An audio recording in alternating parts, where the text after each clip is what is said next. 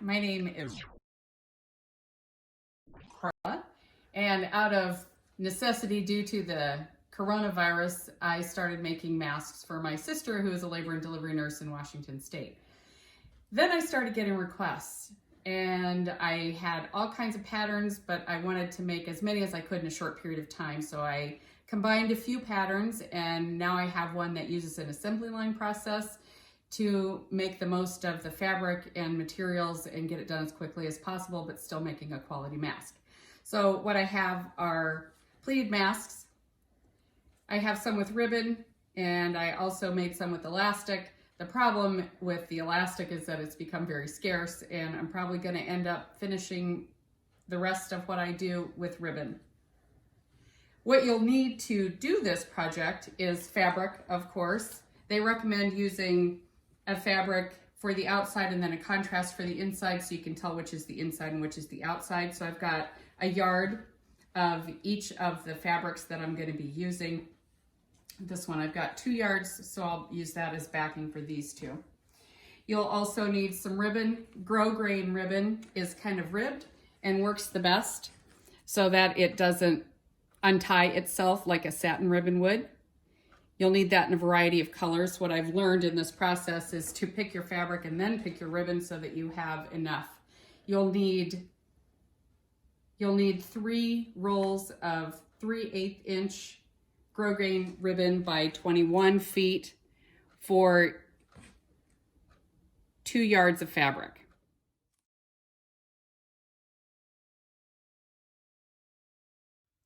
You'll also need thread. I tried to choose fabrics so that I could sew everything with white thread so that I don't have to spend time changing the thread. You'll also need to cut out a cardboard template. I've got 2 pieces. The first one is going to be 7 inches by 7.5 inches. You'll cut one of the contrast. The larger one is 9.5 inches by 7.5 inches. You'll cut one of your primary color with this one. I'll show you how that's laid out in just a moment. Now, there are different ideas about how the mask should be made. There are several variations. You can do one that has 4 layers. I did see that requested. So in that case, you would just cut 2 of each, the contrast and the primary color. There's also one that you can sew a pocket in so that you can add a filter. And in that case, you would use the large 9.5 inch by 7.5 inch piece and cut one of the primary color. And then you would cut 2 of the contrast color, 7 inches by 5 inches. And then instead of laying it like this, you would lay 2 going the other way and put seams in the top. That one I'm not going to go over in the video, but it is an option.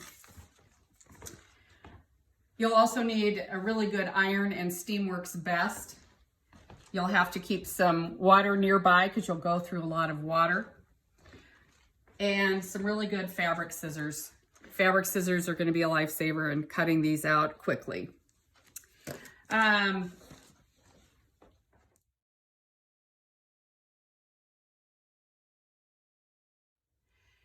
You'll need to pre-wash all of your fabrics. These have already been pre-washed and then dried.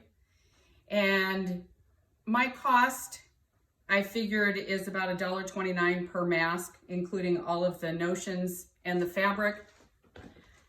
You can get, out of 2 yards of fabric, you'll get 8 to 10 masks, depending on how the fabric was cut. To start with the first set of fabrics, this will be my primary fabric, and this will be the backing. So I'm going to start with my primary fabric. Because this is a darker fabric and I'm not going to be able to see the Sharpie, I'm going to turn it inside out.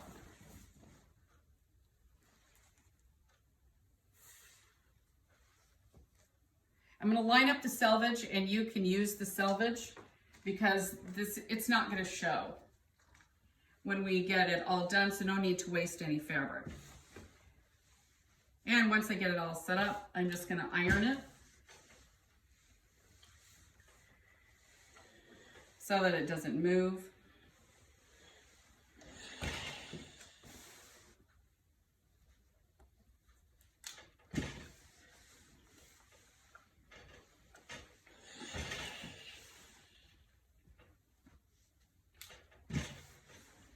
and then I'll start laying out my template.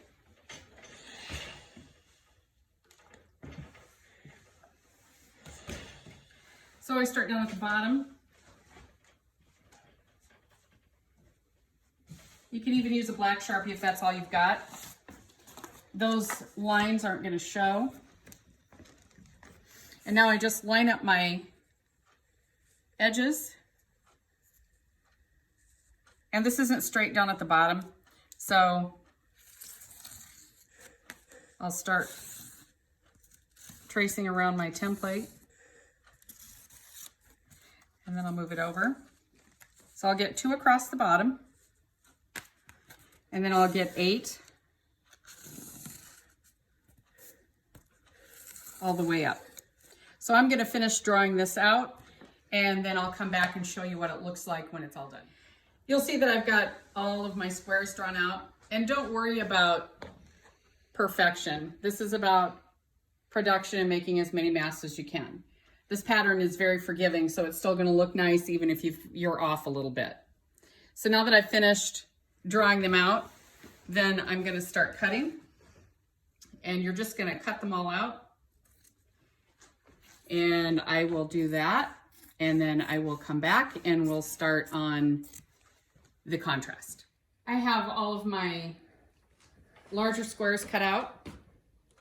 And that's 8 squares. I'm going to put those off to the side, and then I'm going to start with my contrast fabric, and I'm going to do the same thing. I'm going to cut these out. You can still use the selvage. You'll lay them out exactly the same way. This time you'll get 3 across, and then I did 3 up, which gives me more than what I need. So I ended up going back at the top because I had room, and I cut out more of the larger. So I end up with 2 masks at the end that have the same front and back. And I decided that I didn't want to waste the fabric, and it was worth doing 1 or 2 like this that did not have a contrast. So I'm going to cut these out, and then I'm going to do exactly the same thing with my next set of fabrics. This will be my primary, this will be my contrast. I work with 4 yards of fabric at a time. This will give me 36 to 40 masks.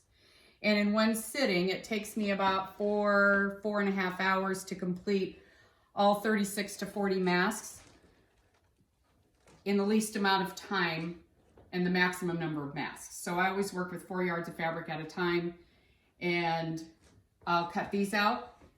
And then I'll come back once all 4 yards of fabric have been cut. Okay, so I have all of my fabric cut out, the 4 yards. So this is one set, my primary, my contrast fabric.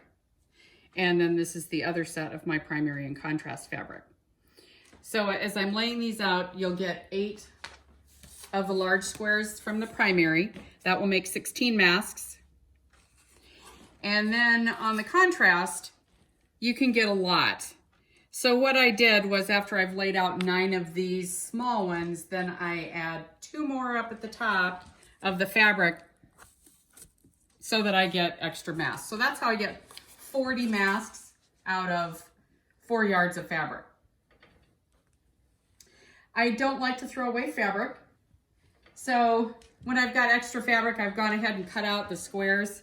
And I think when I go back, I'll be able to match these up, probably not perfectly, but I'll be able to use up all of the fabric that I've cut out. And then I save my scraps. Never know what you'll use those for. And then we're gonna go sew. Okay, so now we're going to sew. So we're doing some remodeling, so I've taken over the living room as my mask making center. So that's why you're gonna see some of the things that you're gonna see. So I have this little temporary table. It works nicely because I can write on it if I need to. And I've got my sewing machine. I like to use the large spools of thread so that I don't run out. I've got my fabric sitting here. And then over here, I've got an extra pair of scissors if I need them. These are all my ribbons, bias tape, elastic, things that I've got just so that it's right here and easy to get to. And of course, I've got a seam ripper. and scissors. I have pins if I need them. I'm trying to make this an assembly line process, so as little to do with pins and clips, the better. I'm just using a straight stitch on everything. And then we'll come back and I will show you how to get started sewing. To begin sewing, you're going to take one of the large squares, one of the small ones, and you're going to place those right sides together in the center of the large square. And it doesn't again, doesn't have to be perfect. Don't measure it, just eyeball it and put it on your machine. We're going to turn this, so you're going to want to sew and then reverse. And I'm just using the edge of the foot as my guide. So it's going to be about a 1/4 inch seam. Get to the end and reverse. Then all I'm going to do is pick it up, move it out of the way, and then I'm going to do the same thing with my next square. I'm going to lay that out, put it on the sewing machine.